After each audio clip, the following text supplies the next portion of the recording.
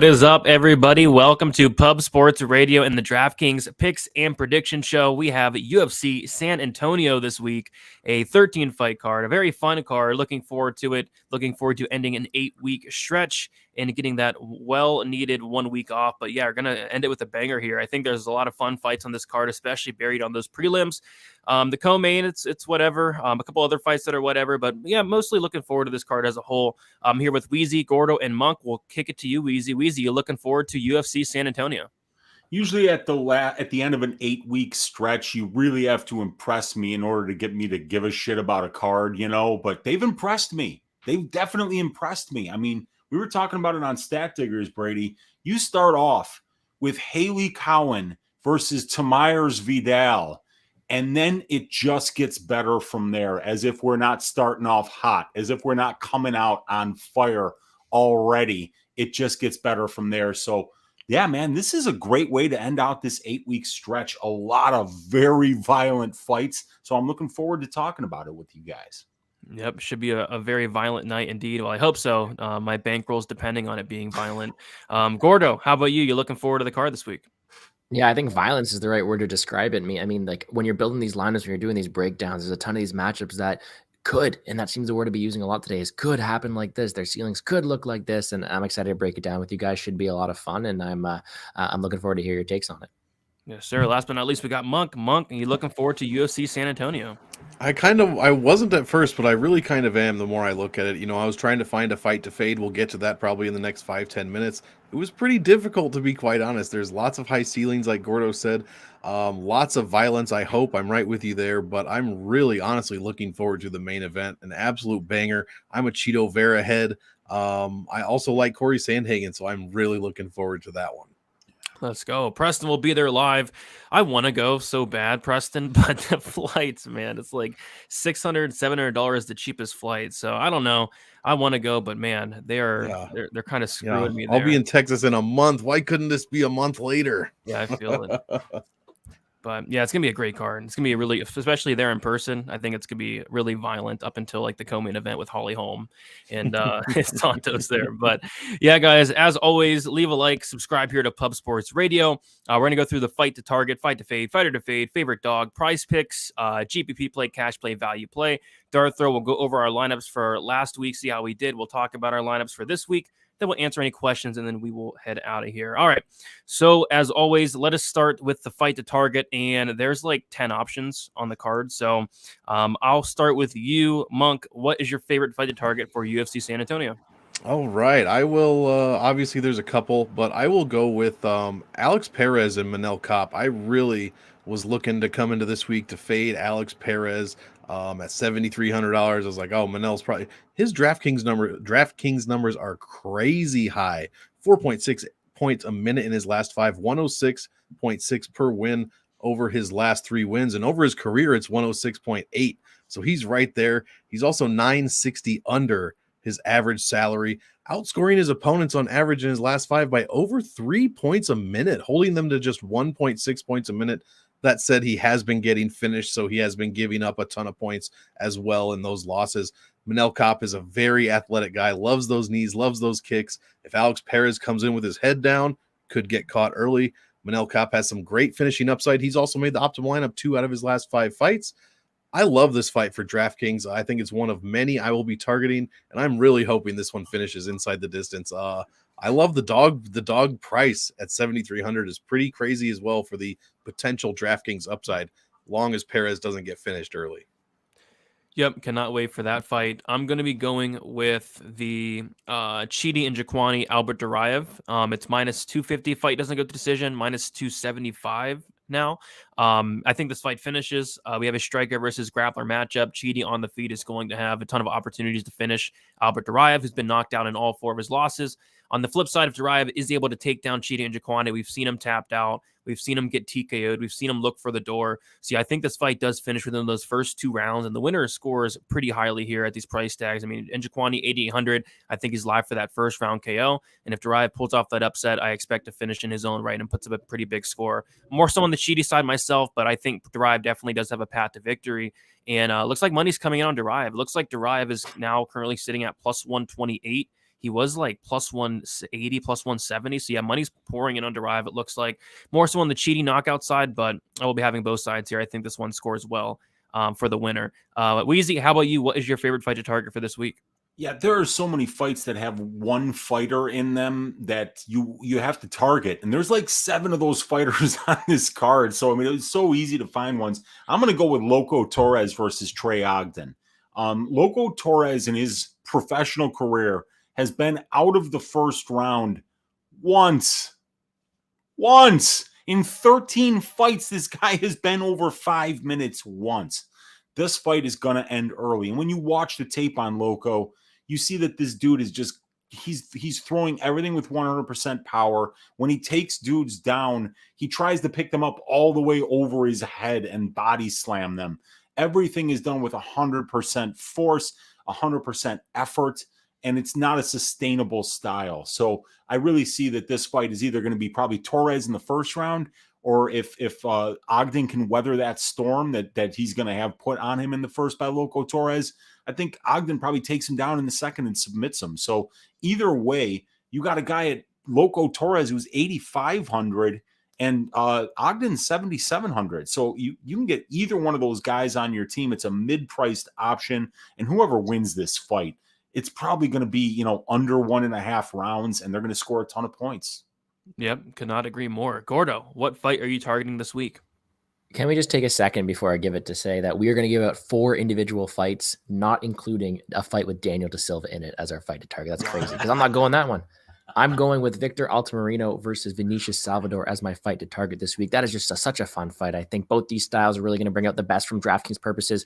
On one side of things, you have pretty much Daniel Da Silva 2.0 in someone Vinicius Salvador, in my opinion, a guy who throws with fighting and attention all the time, lots of power, lots of some decent jiu-jitsu as well, versus Altamirano, a guy who's looking to build with pressure, is going to go forward, a much more well-rounded athlete, in my opinion. But you look at their stats, man, I know it's a small sample size, but Victor Altamirano averages 7.04 strikes landed per minute, whereas Salvador averages 8.43.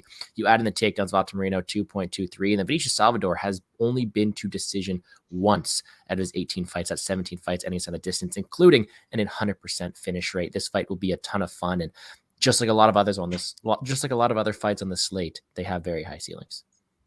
Yep, that is another very good one. We didn't even talk about the main event, I don't think, which is kind of wild. But yeah, 4 really good ones there. Fight to fade. I'll kick this one off here. I'm going with Haley Cohen, Tamaris Fidel. How dare you? I mean, if this fight ends up on the optimal lineup, then it is what it is. I'm not targeting it at all, and quite frankly, I'm probably not even watching it. Yeah, I mean, I think there's a ton of finishes this week. A lot of fights are heavily favored to win inside the distance or end inside the distance. This fight is the least likely to end inside the distance. So outside of like an armbar from guard type situation, I don't think this fight scores too well. So yeah, going to be fading it from a DraftKings perspective, a betting perspective. And from a fan perspective, I probably won't be tuning into this one. Weezy, what fight are you fading for this week? Yeah, Holm Santos is what I'm going with. Holly's fights are just really, really, really low paced. She scores 2.32 DraftKings points per minute. So in a decision win at that pace, and this is Holly Holm, who's got an extensive UFC resume. She's been around for a long time. She's fought everybody. She's only scoring 2.32 DraftKings points a minute. That's about 65 points in a decision win. And you know what she's allowing? 1.69. And Holly Holm has fought everybody. She's fought the best fighters in the world. She, like some of the best champions have beaten Holly Holm. You look at the ladies that have beaten Holly Holm outside of Lorenzo Lamas. You've got really like a who's who of female fighters there. She's only allowing 1.69 DraftKings points per minute. So like the whoever's fighting Holly in a 15-minute decision loss is maybe scoring 25 points. So yeah, it's an easy fight to stay away from. So many options this week of fighters that are, even if they do go to decision, they're going to be much higher volume than Holly Holm and Yana Santos are. So I'm looking for that one to fade. Yep, don't hate that call at all. Gordo, what fight are you fading for this week? Yeah, let me get a bit different here and say Peterson versus Lucas Alexander is my fight to fade. And to me, this is just a matchup where the most likely outcome to me, especially in Lucas Alexander's eyes, is going to be a 15-minute kickboxing affair. I don't see many takedowns happening. I don't see too much volume, especially from the Alexander side. I know Peterson's going to want to go out there and initiate the clinch and make it all dirty. But in my opinion, in doing so, not as many variables or not as many other points happening. And I do see this one going to the distance a large majority of the time. So with all those things put together, it's really hard for me to go out there and target this fight, considering the Njokuanis versus Duraevs, the main events, the Torres versus Ogden, all those fights that surround it. And for that reason, I will be fading it. Yep, I feel that one. I faded that one myself. And then Monk, how about you? Which fight are you fading? I was going to give you Holm Santos, but the more I think about it, the more I don't want to double up on the fights here. Weezy broke it down great. I'll give you Nate Landwehr and Austin Lingo. I'll be slightly fading this fight overall. I just simply think Nate Landwehr is too expensive this week. 9,400. You get almost 4 points a minute over his last 5, which is good, but only 93 points per win over his last 3. And over his career, yeah, it's the same actually. You're also paying up $1,600 for Nate Landwehr over his average salary, which is an average of $77.80. So quite the dog salary usual for Nate Landwehr. I think we're paying up for him because of the incredible performance he had over David Onama. Lest we forget, he was out on his feet and basically woke up when his head hit the fence when he got knocked out by David Onama in that fight. Came back, to his credit, and absolutely smashed Onama. Looked fantastic. Had a good win over Ludovic Klein as well and Darren Elkins, but I simply think this one likely goes to decision. And I don't think Nate Landwehr is going to pay off his salary. I don't mind Austin Lingo at the $6,800 salary for like a punt play, but honestly, his DraftKings numbers are far below average, even for this card. The only stat that jumps out to me is he's $1,800 cheaper than his average salary. But I'll be fading this one overall, as I think Landwehr is going to get a lot of ownership this week. Yeah, it will. Lots of people very high on Landwehr. Fighter to fade. Don't have much to say here, but it's going to be Holly Holm. What is she? 9,000. Yeah, I mean, I'm not even thinking about it. I think she wins the fight. I think she probably holds Santos against the cage for 15 minutes. Low volume, doesn't score well. Just a lot of reasons to fade her. I think there are just many, many better options, more expensive and cheaper than her as well. So easy fade for me. Gordo, which fighter are you fading for this week? Yeah, mine written down is also Holly Holm, so I just want to reiterate that is my fighter to fade. But I also will go towards Monk's point of I'm also not very high in Nate Landwehr this week, too expensive, 9.4. I think that when we're looking at the way we want to build these lineups, we think about the ceilings they have. I mean, Landwehr at 9.4, although he can accrue volume, he's not going to have much takedown upside or knockdown upside, in my opinion, against a guy Lingo has seemed to be decently durable over the time. So I don't think he lives up to his 9.4K salary all too often. But the true fade this week is Holly Holm. Agreed. Monk, how about you? Which fighter are you fading this week? I agree. I love the Holly Holm fade, but I think the one true fade this week is Maycee Barber, and I don't think it's even close. 9,100 for Maycee Barber against a woman who could beat her. I like Andrea Lee in this spot, but we are talking about fighters to fade. Barber is 2.29 points a minute in her last 5, 65 points per win over her last 3, 84 points per win over her career. So she's just, downward trajectory, and you're overpaying by $440 over her average salary. Her average value is 7.5. That's like half of what you need to make the optimal lineup. I am not big on Maycee Barber at all. Both these women lost to Roxanne Modafferi, so who knows what's going to happen. But the DraftKings stats tell me that I should fade the $9,100 Maycee Barber, who has yet to make an optimal lineup. Yeah, I forgot about Barber, and I'm that's fading her. That's not hard to do. Yeah, I'm fading her as well. Weezy, which fight are you fading this week? Yeah, Barber's a good bet, a lot of the time because she's so good at cage pushing, and winning minutes on the cage there. That just doesn't translate to DraftKings success, but it translates to wins for her. But I'm going to go with Haley Cohen at 8,400 for the exact same reason of Maycee Barber. That's really what Haley does very, very well. If you can hold your opponent in the clinch, it's one of the easiest ways to stay safe over a 15-minute period, to not get your face broken, and so that's what a lot of these people do. They can hold their opponent up against the cage, get an easy win that way. And Haley Cohen's very good at it. She's got the body to do it. She's got the strength to do it. This young lady is incredibly strong. So I think that if you look at her compared to Vidal, you know that Cohen's going to be the stronger, better athlete here.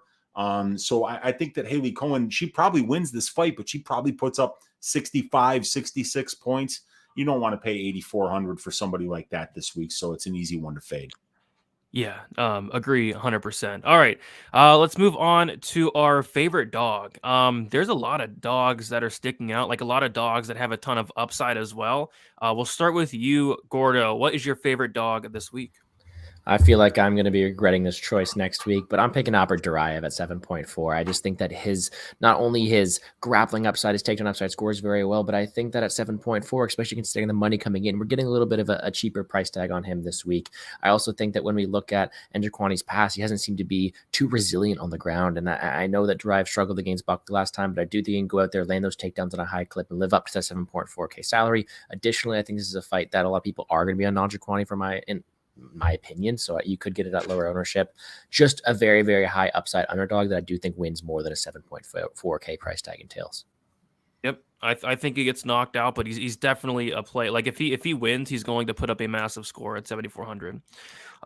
For me, I'm gonna go with he's a slight dog on DraftKings. I'm gonna go with Preston Parsons, 8,000, his nickname Pressure, and that I think that suits him very well. He's going to pressure Trevin Giles. He's going to have the cardio advantage here. You know, Trevin Giles cuts a lot of weight to get down to 170, and we've seen Giles just go in there and make mistakes. We've seen him break. We've seen him get subbed. We've seen him get finished 4 times in the UFC, and I think Parsons is going to break him here. I think he's going to take this into deep waters, take him down consistently, and eventually find that finish. I do have concerns about Parson on the feet. I don't think he has the best striking defense, and Giles does hit very hard, but I think he does go out there mixing a lot of takedowns and puts up a pretty big score here in a late finish win. So you give me Parsons as a dog here at 8,000. I'm not sure if he's a dog still on the money line, but at least on DraftKings he is. Weezy, who's your favorite dog for this week?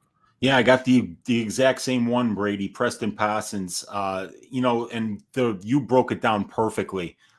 When you watch Giles fight, you see him be very low volume. He wants to be a sniper. He's accurate and powerful at the same time, but he doesn't throw a lot. He doesn't land a lot. He's comfortable dancing around a little bit. Parsons isn't going to let him do that. He's going to stay in his face. He's going to walk him down. He's going to make him fight. And Trevin Giles, we've seen him get submitted in low-pace fights twice in the 3rd round. Now, I think Parsons is probably going to have shot 9 or 10 takedowns by the end of the 2nd round of this fight. I think that this is going to be a bad stylistic matchup for Trevin Giles. I don't think he's high output. I don't think he has great conditioning. And I don't think he's going to do well against somebody that stays in his face. Preston Parsons isn't going to fuck off at all for 15 minutes. And Trevin Giles doesn't have the gas tank to make him fuck off. Yep. So my read is exactly the same as Brady's. I think Preston breaks him late and gets a 3rd round finish after getting several takedowns. We got a weird comment in the chat. Weezy, if I donate, will you take your shirt off for the rest of the stream? Hell no. No, I am not doing that. That's just so weird, dude. You have to use your imagination. Over here? Use your imagination, Beaver. That was a weird comment, Beaver, but it is what it is. I forget who we're at. Monk, I think. Who's your favorite dog?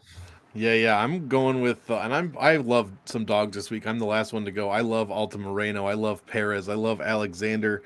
I'm going with Chito Vera, just so we can talk about this fight at least for a minute. 7,600 for Chito Vera. I mean, this is a banger of a fight. Let's not get it twisted. I'll have a ton of this fight rostered overall. But in his last 5, we know Vera is a slow starter, and he doesn't have the best DraftKings numbers. But in his last 5, 3.53 points a minute and 104 points per win over his 4 wins. He's giving up about that many points per minute as well, but he only allowed 59 points in his loss to Mr.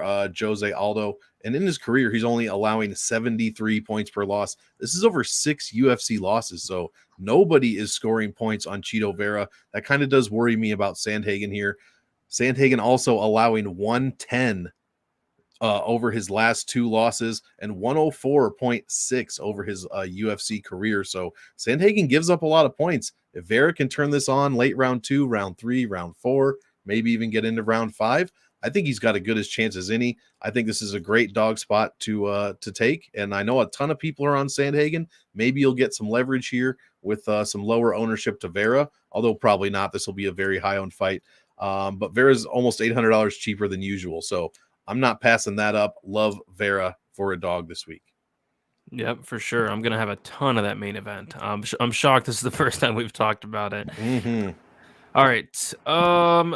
Let's move on to the prize picks section here. If you guys have not, go to prize picks, use that promo code PubSports, get yourself a deposit bonus. I've been doing really well in the prize picks as of late.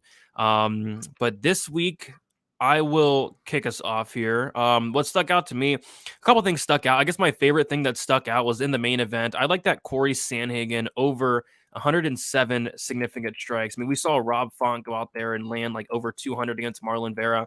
Sandhagen, very, very high volume, landing 6.15 significant strikes per minute. Marlon Vera, pretty hittable. I think he's going to absorb a lot of punches, and he's durable enough to do it. So I think this fight does get extended. I like that Sandhagen over. And it's one of those fights where I feel like Sandhagen can go out there and outland Marlon Vera, but I still think the fight's going to be competitive just because Marlon Vera is going to have those big moments, those bigger moments as well. But yeah, I think this fight does get extended, potentially late finish. If not, go with the full 25. And I think Sandhagen cruises over that 107.5. Monk, what are you liking for prize picks this week? That was my number one play for sure, so I do love that call. Screw it. Let's keep it there, man. Let's go Cory Sandhagen over. This is a crazy. I shouldn't pick this one because it's like all or nothing, but I think over 24.75 minutes. Basically, I'm saying I think this fight goes to a decision. Like you just said, Cheeto is extremely durable. Sandhagen, extremely durable. I just think this has 25-minute war written all over it, and I, for one, am super excited to see it. So I like the over here for fight time. I know it's extremely high and probably not the best pick, but like I said, I think it goes to decision more often than not. Yeah, what I like about that is if my significant strikes cash, that probably means your fight goes cash, and vice versa. So yeah, I do like how that connects there. Gordo, what are you liking for prize picks this week? Yeah, I'm gonna be honest. Not too many are jumping out of the page at me this week, but we're gonna take one. It's a bit riskier this week. I do think it hits though. Victor Altamirano over 73 fantasy score. I just think that it is pressure heavy style is gonna win him this fight, and if he's gonna win this fight, he's gonna hit that over a lot of the time. So it's sort of like a money line bet, but I do think he gets it done. All right, Gordo taking the Altamirano over on the score. Yeah, if he wins, he's gonna smack that score. Weezy, what are you liking for prize picks? Well, as a guy that has 2.1 units on the Altamirano money line this week, I love hearing what Gordo just said there. But I got a couple of unders since nobody touched on either one of them. I'll give you two this week. How about Loco Torres under 8.5 minutes? Oh, wow. I mean, yeah, he's been out of the first round once, you guys, so you're getting not just a 7.5, you're getting an 8.5 here. So I think that's a good one. And then Manel Kape under 10 minutes. I mean, if you watch the way that this guy Perez fights, right? Kape can be low volume. Kape can take his time. He's absolutely willing to wait and win moments, but he's not going to really be able to wait. Alex Perez stays in your face. He throws a ton of low leg kicks. He's going to bring the fight to Kape, and Kape's probably going to hit him with a flying knee or an uppercut because Perez ducks his head a lot on defense. So I see somebody getting slept here. I see somebody getting finished. And I think under 10 minutes, Manel Kape also is a good one. Torres under 8.5, Kape under 10. Book it. I like, especially the Torres one. Like Torres one being at 8.5 just makes no sense. What is the Silva under? Just curious. The De Silva. Oh, I think that's at 7.5. Was it really? What 7.5? No, wait. No, let me. It's at 5. Oh, okay. My bad. Yeah. I saw the Chidi's at 7.5. Chidi Njokuani versus Duraev. Okay, yeah. I think a lot of those unders hit this week on Prize Picks. So yeah, I'm gonna see what we can cook up. But yeah, Gordo's going with the Altamirano over fantasy score. Weezy, you're going with the under in the. What was your favorite one? The Torres 8.5 is my favorite one. Yeah. Okay, Monk's taking the over 24.5 minutes in the main event, and then I'm taking Sandhagen over insignificant strikes. Let us see how we do. Let's see if we can hit another 4 for 4. All right, let's keep moving on, though. We have our favorite GPP play. I'll kick this one off. And speaking of Torres, I love Torres in GPP. 8,500. Weezy said it. I mean, this guy's been out of the first round once. And if you go and watch this guy, you can definitely see why. It looks like he's like toned it down just a little bit. I mean, if you watch his earlier fights, he fights like a complete madman, and he's toning it down a tad, but still, he still fights like a freaking madman. I think he's going to go out there and look for that early finish. And if he wins, expect a big score, well over 100 points here. So love me some Torres. I think he has a ton of upside, a little bit on the riskier side, but that's why we're playing him here. We're playing for that upside, and I like him at 8,500. Weezy, who's your favorite GPP play this week? I'm going to give you guys Chidi, Bang Bang, Njokuani this week. And there's a lot of money coming in on Duraev, but I think Chidi's going to spark Duraev early here. I think Chidi can grapple with Duraev. I think he'll stop the takedowns. And as soon as Albert realizes he isn't getting this fight to the ground and Bang Bang lands that first big shot, I think Albert's going to look for the door, and I think Chidi's going to show it to him quickly. I like Chidi here at 8,500. I've been very impressed with his UFC run. And if you think that Albert Duraev is withstanding the shots that Gregory Rodriguez did, I think you got another thing coming. Duraev basically quit on his stool in his last fight, and that was against an opponent that I don't think has the kind of power that Chidi has. As much as it sounds crazy to see a bricked up guy like Buckley like that, I think Chidi hits way harder. I think Chidi would smoke Buckley too. So I like Chidi a lot here.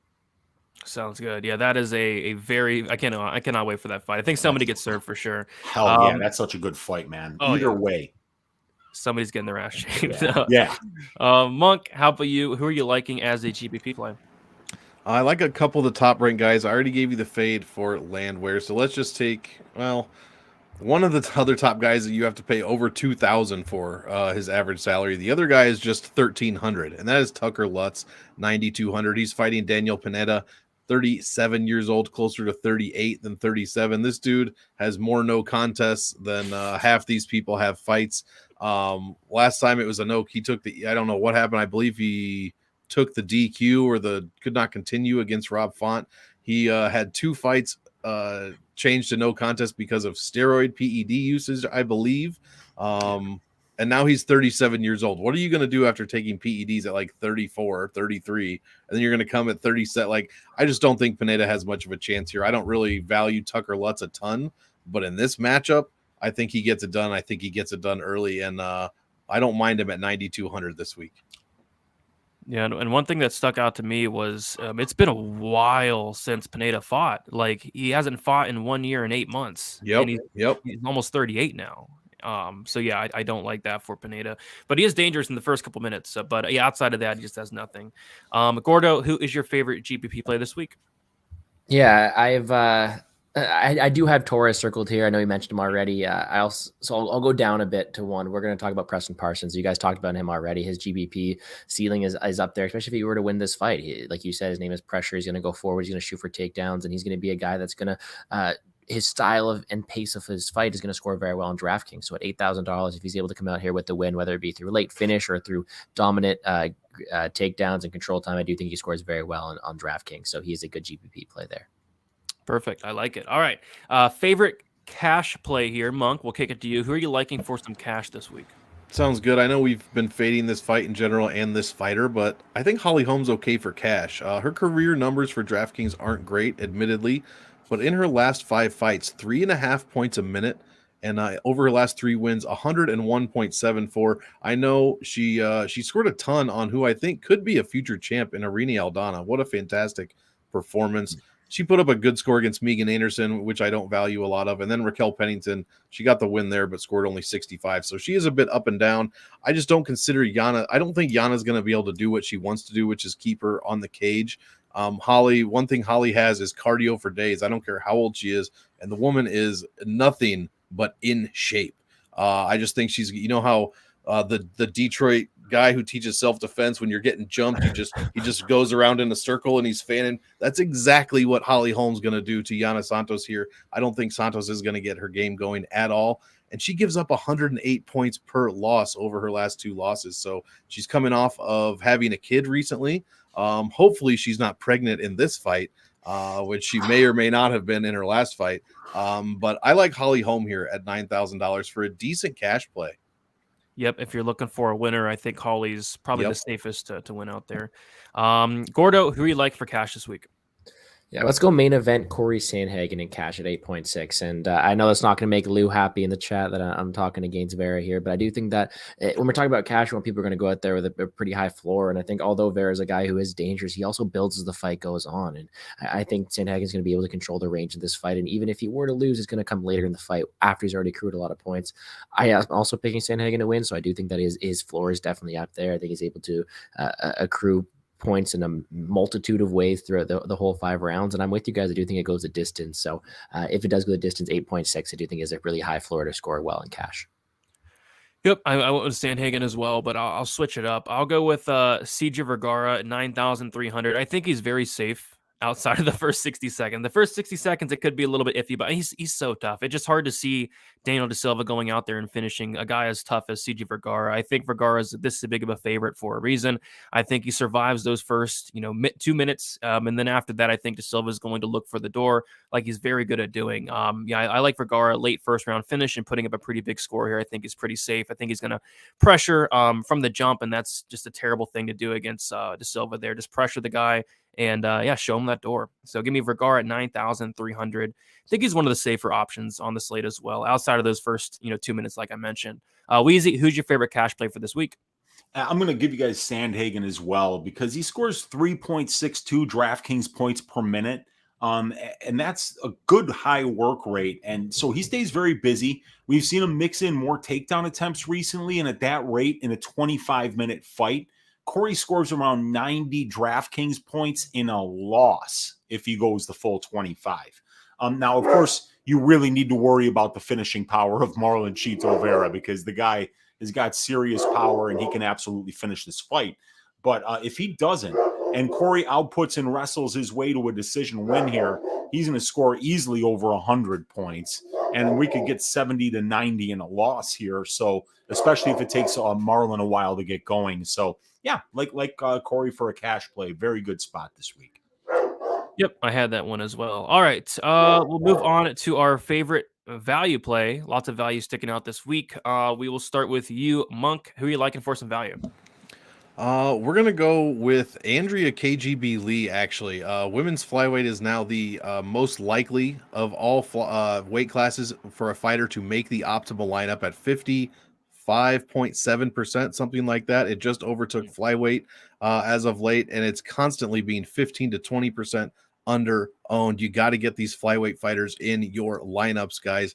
And for that reason, I'm taking Andrea Lee. She's 7,100, has made optimal in 2 out of her past 3 fights, showing up huge as a dog against Shevchenko, and then beating Cynthia Calvillo, scoring 103 points. Woman scores fantastically, 3.58 points a minute over her last 5, 110 almost per win over her last 2, and in her career, it is, 91. So a bit less in her career, but lately she's been scoring very well. She's almost 1,200 under her average salary, and she has the second best average value per win of anyone on the entire card at 14.62 per win. I think not only does she have a chance to beat Maycee Barber here, the line is way too wide.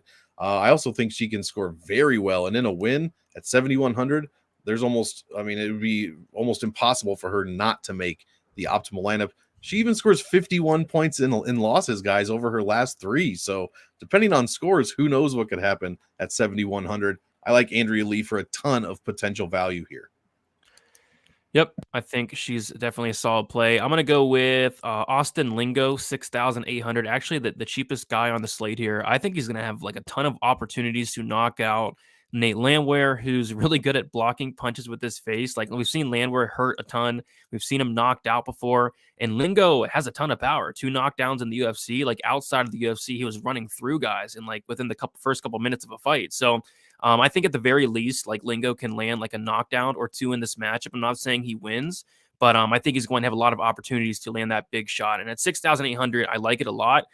especially because I'm not playing much Lambert this week at 9,400. So give me some Lingo for a value play. I think this fight is a lot closer than those salaries indicate, and money's pouring in on Lingo. We now see Lingo plus 185, opened up plus 250. So lots of money coming in on Lingo as we speak.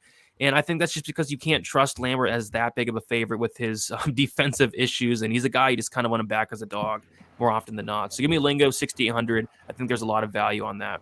Can I just sorry? Can I just add to your point? I do this new stat where I'm comparing what the salaries were when they came out to what the odds are now, because that's how the DK salaries are going are picked. As of now, Nate Landwehr, he is 9,400.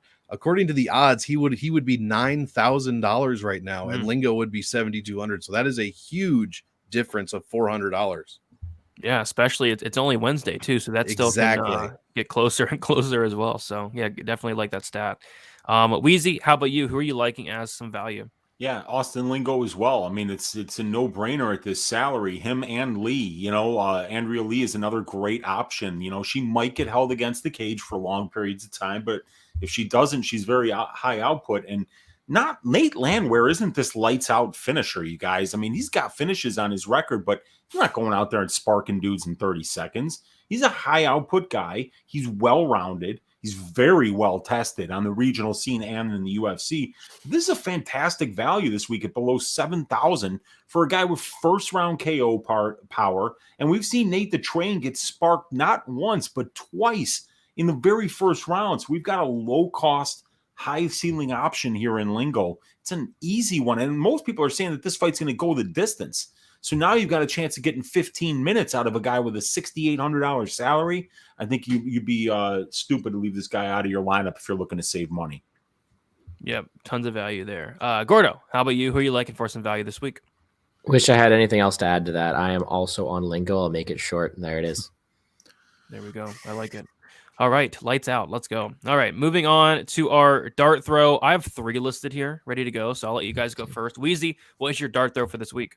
Yeah, I mean, it's Daniel Da Silva. You know, he's the definition of a high upside, low floor guy. He could score you 0.4 points, or he could score you like 123. You know, I mean, he's one of those type of guys. But if he wins the way he usually wins, he basically has 100% chance of being optimal at this salary. I think he's a bum, but I think we have seen CJ get subbed before, and Da Silva's very aggressive going for submissions, and he throws high amplitude head kicks on the feet.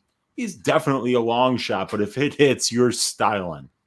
Yep, he was one of my 3. Monk, who is your dart throw for this week? He was mine as well. It's absolutely Daniel Da Silva, guys. How amazing would it be? First of all, how'd this guy even get this fight? 0-3 in the UFC. How amazing, how hilarious would it be? He comes in at like 5% ownership. He either absolutely rolls CJ Vergara or does the opposite of what everyone thinks, and this fight goes to decision, and it's some weird split decision fight. Could you imagine at 6,900? I mean, dude gets worked, but he scores decently per minute, 3.67 points. That's about the only stat we actually have on him. So give me Daniel Dart Silva as a dart throw. Yes, he's definitely a dart throw. I also had Lingo. I'll also go with give me Daniel Pineda, 37-year-old. I mean, he's kind of like Da Silva. He has about a round in him, and he's a good fighter. I like him. He's a black belt on BJJ. The wrestling's okay. Very, very heavy leg kicks. But he does, just like Da Silva, he falls off a cliff after that first round. He's gonna have opportunities here. I don't think Lutz is like the best fighter in the world. You know, it's kind of shocking seeing Lutz is such a big favorite, but it's more so due to the fact that I think Pineda is done. But I give him a couple minutes here. I give him a couple minutes to potentially land a big shot, you know, find a submission. But outside of that, I think he gets drowned and probably finished down the stretch. But you give me Pineda. I think he's another guy that's dart throw. There's like a couple guys on this card where it's like they need to win in round 1, and if not, it's not going to be good. And Pineda, you know, Silva, you know, those are some of those guys that fit that build there. Gordo, who is your dart throw for this week? I'll add a third one to that, in my opinion. Give me Vinicius Salvador. And I know it's kind of not really much of a dart throw, but if I had to go with the trend, right? If we're talking about these guys who are typically round 1 and fall off a cliff. But Vinicius Salvador, 8.3. I talked a lot about Altamirano, how I think he wins, but there's no denying that Salvador has power. This man is only has gotten all his wins by finish. He is an absolute killer. He has power. And I don't know what else to say other than that, really. I think Daniel Da Silva is the obvious dart throw here, but if you want like I said, De Silva 2.0, it's Vinicius Salvador this week. So both these guys do have high ceilings. Yep, he's another one. He's another one of those round one guys, or he's going to slow down quite a bit.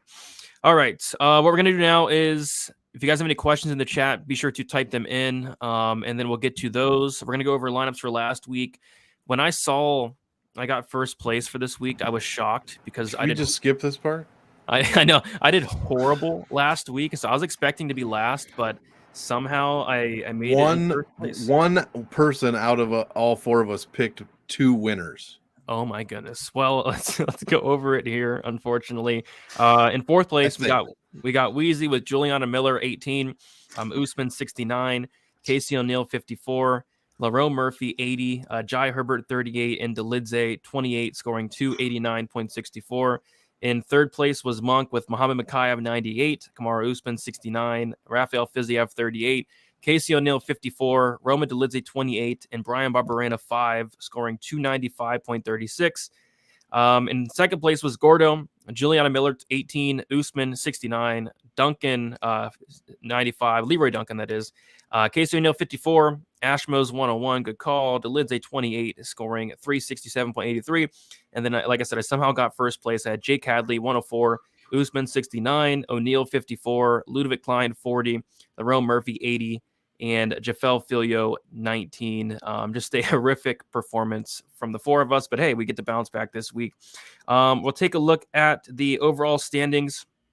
In fourth place, we have Monk with 3,160 DraftKings points. Third place, Weezy with 3,460. Second place, me with 3,540. And first place is Gordo with 3,676. I am 135 behind Gordo. Weezy's 215 behind Gordo. And then Monk is 515 behind Gordo. Gordo, you are still in first, but it's kind of close still. What a mess last week was. Yeah, I fact-checked Monk there. Only one of us got three winners, and that was you, Brady. I got 2 winners on mine. It's just what a mess. Let's hopefully bounce back this time. I mean, it can't get any worse than that. I mean, that was bad. So bad. Yeah. Oh. Sure. But yeah, I'm feeling pretty good about my lineup this week, so we'll see. Do you want to kick us off, Weezy, with your lineup for this week? Oh yeah. I've got let's see, who's the highest priced guy? CJ Vergara, Cory Sandhagen, Chidi Njokuani, Loco Torres, Preston Parsons, and Austin Lingo. You dick. Is that the exact lineup? No way. You dick. No way. Great minds think alike. That's exactly what I have. I made that lineup like first look, and I was like, I love this lineup. This is my lineup. I'm sticking to it. So I'm going the same thing. Njokuani, Sandhagen, Torres, Vergara, Parsons, Lingo. We can tie this week, I suppose. Maybe a fight will fall off. I don't know. But yeah, I'm going with that same thing. Monk, what is your lineup for this week? We'll go Vergara up top, Tucker Lutz, Chidi Njokuani, Victor Altamirano, Cheeto Vera, and Andrea Lee. I like that Lee call down low. Gordo, how about you? What do you have for this week? I have similar, so let me get a bit different. Yeah, we'll go with this one. We'll take CJ Vergara up top, Tucker Lutz, Cory Sandhagen, Victor Altamirano, Preston Parsons, and Austin Lingo. Sounds good to me. We'll see how we do this week. It should be fun for sure. All right, what we're gonna do now is go over our quick picks, and then I didn't see any questions, but I'll double check, and then we will head out of here. We'll start with you, Weezy. What are your quick picks for this week? Okay, going with Cory Sandhagen, Holly Holm, Nate Landwehr, Maycee Barber, Manel Kape, Chidi Njokuani, Tucker Lutz.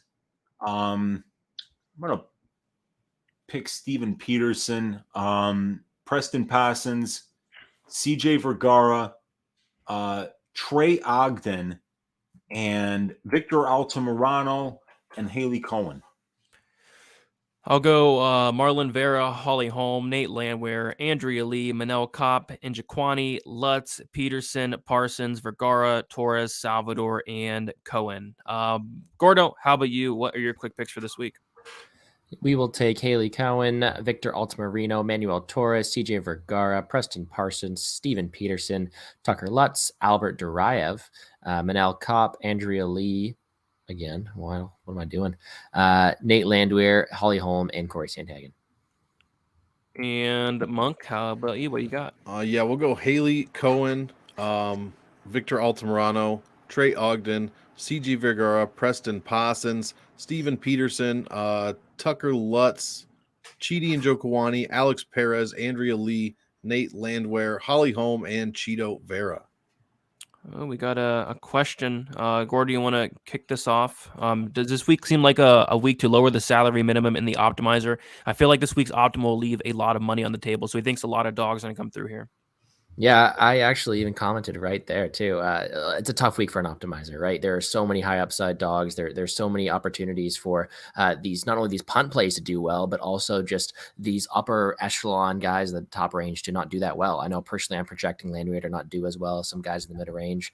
It's really tough one for an optimizer, in my opinion. So yes, I would more so look at their ceilings rather than their salaries this week, because I really think you can make a winning lineup without filling out all 50K. Yeah, weeks like this, I just really like to target the fights I think are going to score very well and finish. And I'm not like keep away from like the Vidal, Cohen fights, the Holly Holm, Santos fights like that. But yeah, guys, we did it. We went through everything here. Gonna kick it around. Uncle Weezy, you have a busy night tonight. Tell them where they can find you and what you have going on for the night. Yeah, 10 o'clock Central Time is going to be Just the Tip with Uncle Weezy. It's normally on Tuesdays, but last night the hotspot ran out of data, so I couldn't do anything. Had to drive back to Chicago so I could do this show today and then do Just the Tip tonight. And then after tonight, I'm going to give you a greasy 4-leg parlay at some point, but I'm very happy to say that after tonight, I'm going to take a little bit of time off, enjoy this week off, really have a fun time watching the fights on Saturday, stack cash tickets like flapjacks, bathe in the blood of our vanquished Draftkings enemies, and then take a week off and relax a little bit. So, yeah, it's going to be intense up until then, but let's enjoy that week off and let's make some money this weekend. Yes, sir. Cannot wait to see who's going to shave ass. You have a lot of options there, Weezy. A lot of them this week, man. Yeah. It's going to be fun to find out. I feel like there's going to be hair laying all over hair everywhere. It's like a glitter bomb in the mail, but with ass hair. It's going to be bad, man. It's going to be bad. But Gordo, let the people know where they can find you, what your plans are for the rest of the week for some content, and what you have out already. Yeah, of course. My full card picks and predictions for both DraftKings and my betting picks is up live on my YouTube channel, Plays and Fade Sports. Also find all my other work on my Twitter at Gambles Gordo, Gordo Gambles, whatever way around. And then, yeah, I hope everyone enjoys the card this weekend. I myself do not have an off week. It's exam season coming up soon, so I got to get ahead of my tape. I got to make sure I get my tape ready, get all the books going, because the next couple of weeks are going to be tough. But wish everybody the best luck this weekend, and let's make some money, guys. Sounds good. And then last but not least, Monk, let the people know where they can find you and what you have out for some content this week. Sounds like Gordo's going to crack the books before he cracks the books. Let's go, baby. You can find me over at Monk Maddox. I've got my game theory video out where we go over all 13 fights from a DraftKings perspective. I've got the main event dissection where we go a little bit deeper into the stats for the main event. Quick 15-minute video. I'm going to try my hardest. Salary Voodoo should be out tomorrow on the MMA Engine channel. Be sure to check that out. We have tons of content over there. I believe Lou's dropping props to consider, and then maybe bet tomorrow as well. And then speaking of Lou, it's me and Lou on the happy hour on Friday. So yeah, check all that stuff out, guys. Last card before a week break, so let's get it done. Perfect. And yeah, I got my full card breakdown out a little bit earlier. Go check that out on DFS by the Numbers YouTube channel. And then I'll be going live Friday, 4:00 p.m. Eastern time for some final thoughts. And then yeah, I'm taking a well-needed week off. I mean, taping fights like tomorrow's Vidal, Haley Cohen, they really start to take a toll on your mental health, and I need this mental health week next week. So that should be fun. And then we're right back with the 7-week stretch after that. Love it. But yeah, guys, leave a like, subscribe here to Pub Sports Radio. Tune in every Wednesday for some DFS content, and we will talk to you guys very soon. Best of luck.